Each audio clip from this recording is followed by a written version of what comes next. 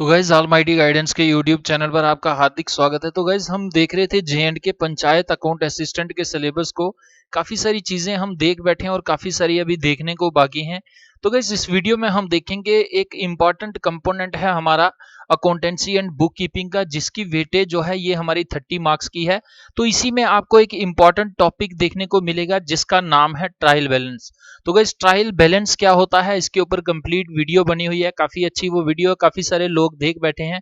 अगर आपको ये ट्रायल बैलेंस का कंसेप्ट क्लियर है तो आपको ऑब्वियसली एग्जाम में अगर इसको हैंडल करना है तो उससे पहले आपको एमसीक्यूज की प्रैक्टिस करनी होगी। तो वही प्रैक्टिस में आपको यहाँ पर करवा रहा हूँ इस वीडियो में।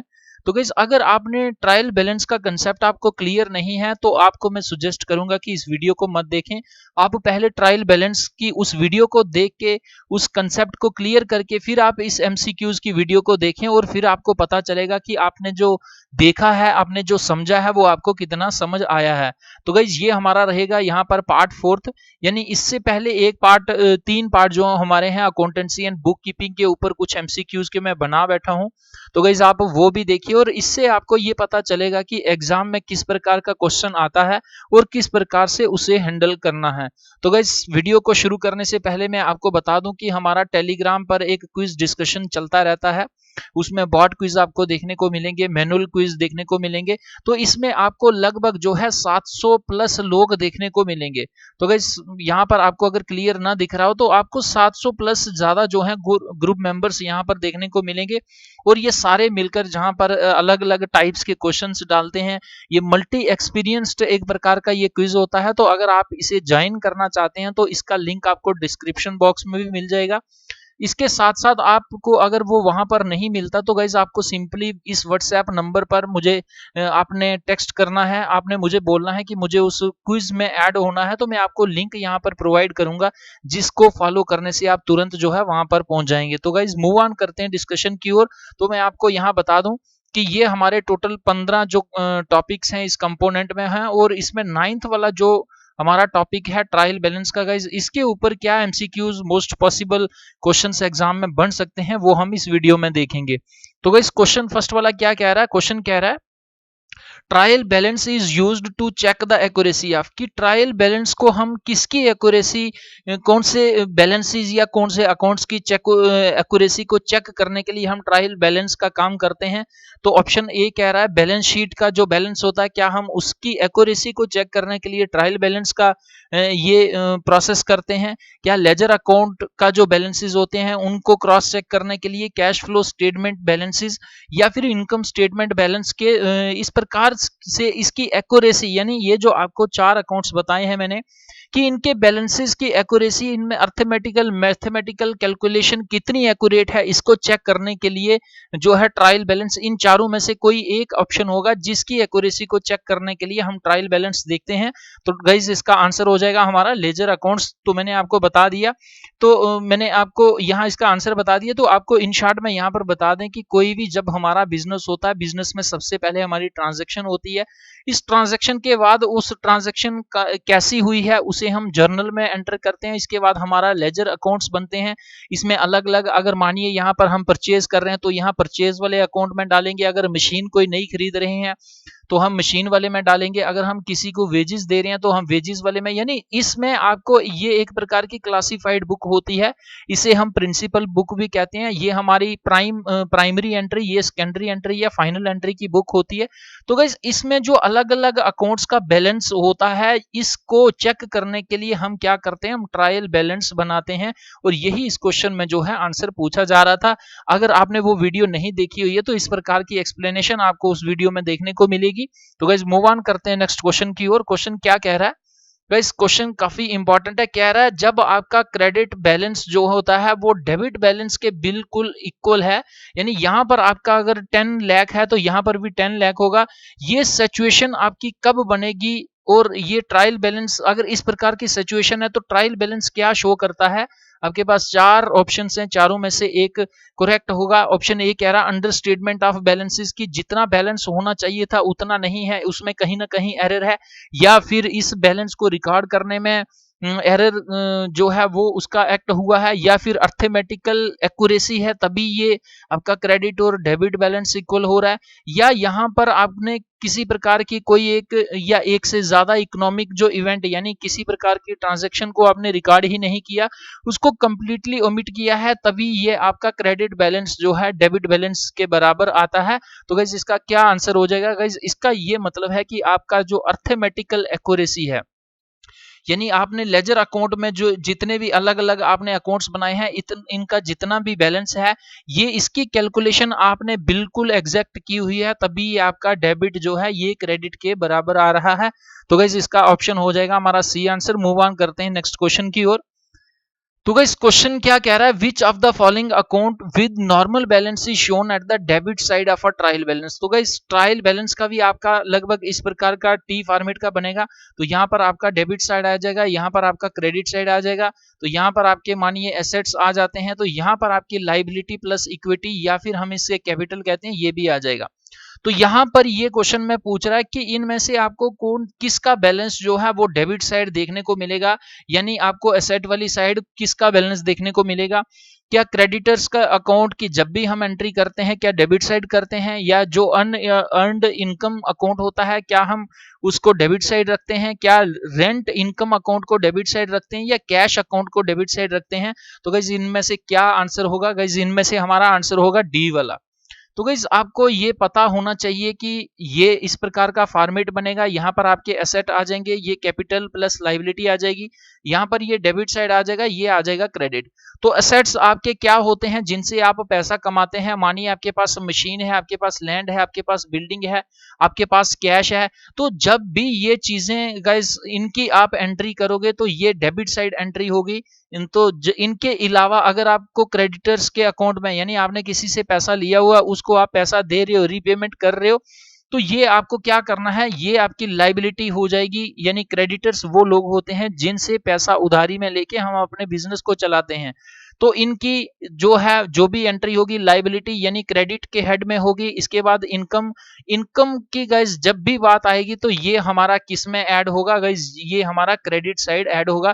तो इस प्रकार से हमारा इन चारों ऑप्शंस में से सिर्फ एक ही कैश है जो असेट वाली साइड जिसकी एंट्री होगी, और ये असेट कहाँ होता है? ये डेबिट साइड एंट्री होती है। तो गाइज देखते हैं इस नेक्स्ट क्वेश्चन।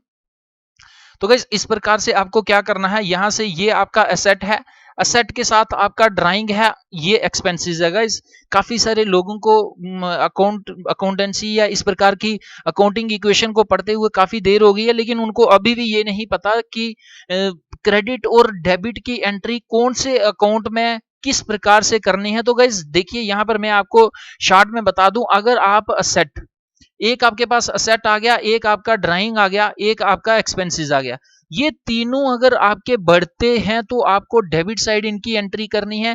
आपकी लाइबिलिटी बढ़ रही है, इक्विटी बढ़ रही है या रेवेन्यू बढ़ रहा है तो आपको क्रेडिट साइड एंट्री करनी है। यानी यहां पर ये वाइस वर्सा है, ये एक प्रकार की कॉन्ट्रा एंट्री यहां पर देखने को मिलेगी। आपका असेट अगर बढ़ रहा है तो आप कहीं ना कहीं उसके लिए पैसे खर्च कर रहे हैं, आपने इक्विटी में जो आपके पास पैसा है या उधारी में जो पैसा लिया हुआ है वो आप खर्च कर रहे हैं। यानी एक साइड अगर आपका डेबिट में डेबिट हो रहा है तो आपका दूसरी साइड क्रेडिट होगा ही होगा। इस प्रकार से आपको समझना है। तो गाइस मूव ऑन करते हैं नेक्स्ट क्वेश्चन की ओर। क्वेश्चन क्या कह रहा है? When which of the following is correct about an agreed trial balance, कि एक ट्रायल बैलेंस को हम उससे एग्री हो जाते हैं या उससे हम एग्रीमेंट सहमति जताते हैं। कब सहमति जताते हैं? ये हमारे पास चार कंडीशंस हैं, वैसे चारों में से आपके पास कोई एक जो है ये आंसर होगा। तो ऑप्शन ए क्या कह रहा है? Both debit and credit aspects of each transaction have been recorded, कि जब भी हमने कोई ट्रांजैक्शन की है तो उसकी एंट्री हमने डेबिट साइड और क्रेडिट साइड दोनों साइड की है, मतलब हर एक को की है, कोई भी हमने छोड़ी नहीं है। क्या हमें अगर इस प्रकार का सारी चीजें हमें ट्रायल बैलेंस से मिलें तो क्या हम वहां पर एग्री हो जाएंगे या हम उसे करेक्ट मानेंगे? ऑप्शन बी कह रहा द बुक्स आर अर्थमेटिकली करेक्ट, कि जितनी भी हमने ये रिकॉर्ड मेंटेन किया है जब उसमें किसी भी प्रकार का मैथमेटिकल एरर नहीं होगा, क्या इस सिचुएशन में हम ट्रायल बैलेंस से एग्री कर सकते हैं या उसे करेक्ट मान सकते हैं?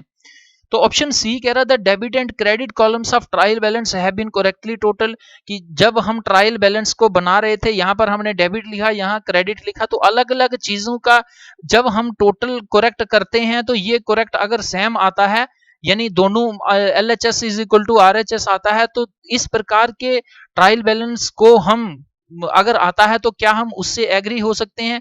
और ऑप्शन डी कह रहा है कि ये जो अगर तीनों स्टेटमेंट्स सही हो तो क्या हम इनमें से तभी हम कहेंगे कि ये ट्रायल बैलेंस करेक्ट है। तो गाइस इसका आंसर हो जाएगा, इसका आंसर हमारे पास डी हो जाएगा। यानी जब भी ट्रायल बैलेंस होगा तो ट्रायल बैलेंस में हम क्या देखेंगे कि हर एक ट्रांजैक्शन जो है इक्वली वो उसकी एंट्री हुई है और वो अर्थमेटिकल एरर किसी भी प्रकार का नहीं है, और उनका जो डेबिट और क्रेडिट साइड है उसका सम जो किया गया है वो बिल्कुल एग्जैक्ट है। ये सारी कंडीशंस अगर फुलफिल होती हैं तभी हम ट्रायल बैलेंस से जो है एग्री कर सकते हैं या उसे करेक्ट मान सकते हैं। तो गाइस देखते हैं नेक्स्ट क्वेश्चन।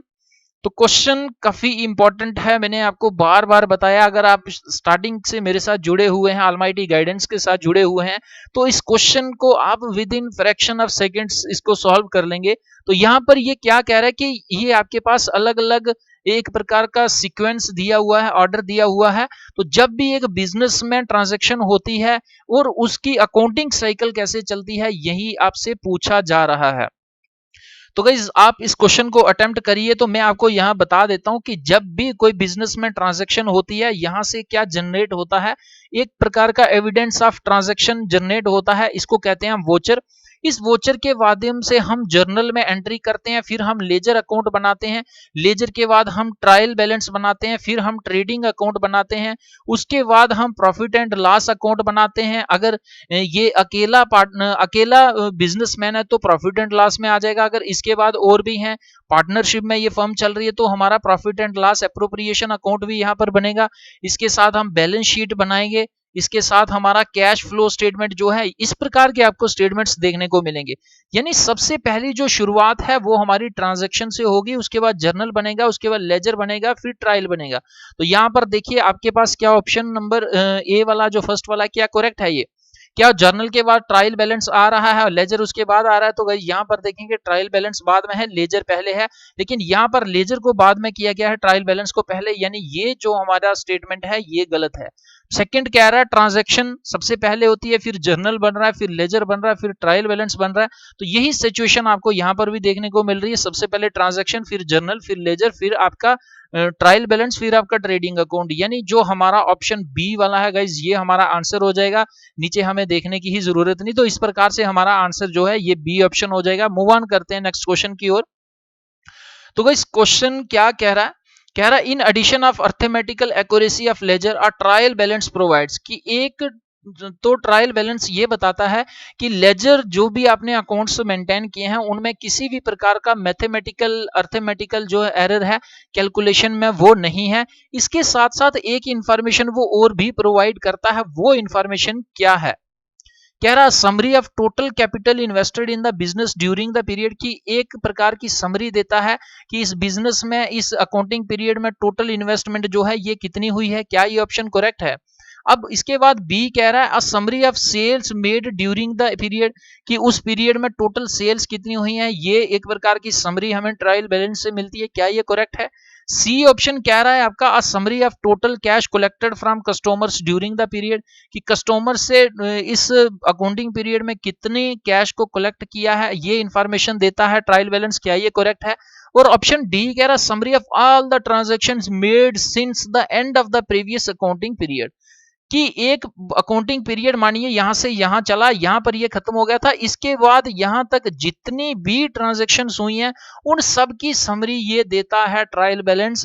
क्या ये स्टेटमेंट करेक्ट है। तो गाइस चारों में से एक स्टेटमेंट करेक्ट होगी, तो ये हमारा आंसर हो जाएगा डी, क्योंकि ट्रायल बैलेंस कहां से मटेरियल लेता है, लेजर से लेता है, और लेजर में वो सारी अकाउंटिंग पीरियड की इंफॉर्मेशन होती है जो ये ट्रायल बैलेंस लेता है, और जितनी भी ट्रांजैक्शंस होती हैं उन सबका समरी, उन सबका सम यहां देखने को मिलेगा। वैसे क्वेश्चन ये भी काफी इंपॉर्टेंट है। क्वेश्चन कह रहा है which of the following errors in the journal entry will not be detected by a trial balance, कि मानिए आप ट्रायल बैलेंस बना रहे हैं और ट्रायल बैलेंस में से इनमें से कौन सा एरर है, अगर वो हो भी जाता है तो भी आप उसे आइडेंटिफाई नहीं कर पाएंगे, या ट्रायल बैलेंस के माध्यम से आप उसे डिटेक्ट नहीं कर पाएंगे। तो गाइस यहां पर देखिए क्या है आपका, इस प्रकार से ट्रायल बैलेंस होगा, ये आपका डेबिट साइड, ये क्रेडिट साइड।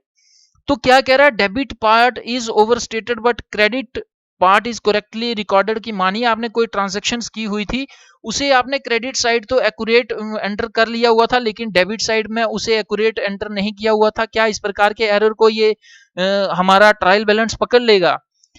ऑप्शन बी कह रहा है debit part is correctly recorded but credit part is overstated. की डेबिट पार्ट तो करेक्टली इससे हम रिकॉर्ड किया था, लेकिन क्रेडिट साइड की रिकॉर्डिंग एक्यूरेटली नहीं हुई थी। क्या इस प्रकार के एरर को ये डिटेक्ट कर लेगा? ऑप्शन सी कह रहा है both debit and credit parts are overstated by the same amount. कि क्या जब कोई भी हमारी जहां पर ट्रांजैक्शन हुई थी, हमने उसे डेबिट साइड और क्रेडिट साइड दोनों जगह पर जो है ये सही एंट्री कर ली है, क्या इस प्रकार के एरर को ये डिटेक्ट नहीं कर पाएगा? तो गाइस डी कह रहा है या ऑल ऑफ दिस के ये सारी सिचुएशंस होंगी, क्या इसका डी आंसर हो सकता है? तो गाइस यहां पर आपको आंसर बता दूं, यहां पर इसका आंसर हो जाएगा both debit and credit parts are overstated by the same amount. तो गाइस मैंने आपको बताया था कि इस प्रकार से आपका अकाउंट बनेगा ट्रेडिंग वाला, तो ये आपका डेबिट साइड आ जाएगा, ये क्रेडिट साइड आ जाएगा। तो यहाँ पर देखिए ट्रांजैक्शन हुई है, उस ट्रांजैक्शन को जर्नल के माध्यम से आपने लेजर में एंटर किया है। अगर तो आपने लेजर के एक पार्ट में एंटर किया है, एक में नहीं एंटर किया है, तो ऑब्वियसली जब आप ट्रायल बैलेंस में देखेंगे यहाँ पर, तो ये आपको एक साइड बड़ी मिलेगी, एक साइड छोटी मिलेगी, तो आपको पता चल जाएगा कि यहाँ पर जो है करेक्शन की जरूरत है, यहाँ गड़बड़ी हुई है। इसी प्रकार से चाहे वो गलती इधर है चाहे इधर है, ये आपका डिटेक्ट हो जाएगा। लेकिन एक ट्रांजैक्शन हुई है मानिए 10 लाख रुपए की, ना आपने इधर लिखी है ना आपने इधर लिखी है, ये आपकी बराबर का बराबर रहेगा अमाउंट। और ये जब आप ट्रायल बैलेंस में लेके जाएंगे, ट्रायल बैलेंस भी इसे क्या बताएगा, debit is equal to credit. ये आपका एरर जो है यहाँ पर डिटेक्ट नहीं होगा, और इसी कारण ये हमारा आंसर हो जाएगा सी वाला। गाइस देखते हैं नेक्स्ट क्वेश्चन। क्वेश्चन काफी ज्यादा इंपॉर्टेंट है। Which of the following will be placed in the credit column of the आपका ट्रायल बैलेंस में? तो गाइज ट्रायल बैलेंस कैसा होगा आपका, यहाँ पर डेबिट आ गया, यहाँ पर क्रेडिट आ गया। तो गाइज ये डेबिट और क्रेडिट आप बार बार वीडियोस में देख रहे हैं मेरी, आप हो सकता है इससे बोर भी हो रहे हो, लेकिन गाइज मेरा जो उद्देश्य है, मेरा जो प्राइम ऑब्जेक्टिव है वो ये है कि अगर आपकी मानिए तबीयत खराब भी है, आपकी दिमागी हालत भी खराब है, लेकिन आपको ये डेबिट और क्रेडिट इतना क्लियर कंसेप्ट हो जाना चाहिए कि आप अगर सोए हुए भी एग्जाम दें तो गाइज ये क्वेश्चन आपके गलत नहीं होने चाहिए। और इसी प्रकार की सिली मिस्टेक्स ही होती हैं एग्जाम में, जिससे सिलेक्शन कहीं ना कहीं रुक जाती है। तो यहाँ पर ये पूछ रहा है कि आपको इनमें से कौन सा क्रेडिट साइड जो है, इन ये जो 4 ऑप्शंस दिए हुए इनमें से कौन से की एंट्री हम क्रेडिट साइड करेंगे, यही इस ऑप्शन में पूछ रहा है। तो क्या कह रहा है, क्या परचेजेस को हम क्रेडिट साइड लिखते हैं, रेंट एक्सपेंस को क्रेडिट साइड लिखते हैं, या फर्नीचर को क्रेडिट साइड लिखते हैं, या सेल्स को लिखते हैं? तो गाइस देखते हैं इसका आंसर। देखिए इसका आंसर हो जाएगा हमारा सेल्स वाला। तो यहाँ पर मैं आपको बता दूं कि ये हमारा असेट आ जाएगा, यानी डेबिट साइड आ जाएगा, ये क्रेडिट आ जाएगा, यहाँ पर लाइबिलिटीज प्लस आपकी कैपिटल या इक्विटी आ जाएगी। तो आपका जितनी भी सेल्स होंगी ये गाइज आपकी इस साइड आ जाएंगी, लाइबिलिटीज वाली साइड, या आप क्रेडिट वाली साइड करनी है। आपने कोई भी पैसा लिया हुआ है, उसे आप पैसा दे रहे हैं, या आपको कोई डोनेशन दे रहा है। इसके अलावा ये सारा पैसा मिलके आपने अगर कोई मशीन खरीदी हुई है, लैंड खरीदा हुआ है, आपके पास कोई बिल्डिंग है, या आप किसी भी प्रकार की सेल करके आप फर्नीचर को लेते हैं, या आप किसी प्रकार के रेंट को एक्सपेंस करते हैं, तो भाई ये सारी एंट्रीज जो हैं ये आपकी किस साइड आ जाएंगी, ये डेबिट साइड आ जाएंगी। और यही आपका आंसर यहाँ पे पूछा जा रहा है। तो यहाँ पर देखिए ये आपका डेबिट साइड आ जाएगा, ये डेबिट साइड आ जाएगा, ये डेबिट साइड आ जाएगा। तो यहाँ पर जितनी भी आप सेल्स करेंगे, सेल्स से आपको इनकम होगी, तो इनकम से आपके बिजनेस में क्रेडिट का अमाउंट बढ़ जाएगा। तो गाइज इस प्रकार से इसका आंसर सेल्स हो जाएगा। देखते हैं नेक्स्ट क्वेश्चन। क्वेश्चन यहां पर पूछ रहा है, तो पिछले क्वेश्चन में गाइस आपसे इसने क्या पूछा था, आपसे पूछा था कि डेबिट क्रेडिट बैलेंस वाली साइड कौन सी एंट्री होगी, और यहां पर ये पूछा जा रहा है कि डेबिट साइड इनमें से आप किसको लिखेंगे, यानी डेबिट साइड आपका ये वाला आ गया, इस साइड आप किसकी एंट्री करेंगे? क्या कैपिटल की करेंगे, अकाउंट्स पेएबल की करेंगे, सैलरीज पेएबल की करेंगे, या नन ऑफ द अबव? तो गाइस मैंने आपको बता दिया कि आपको क्या करना है, asset is equal to liability plus capital. आपका कैपिटल है तो कैपिटल के नीचे आ जाएगा, अकाउंट्स पेएबल है यानी किसी को पैसा देना है तो ये लायबिलिटी के अंदर आ जाएगा।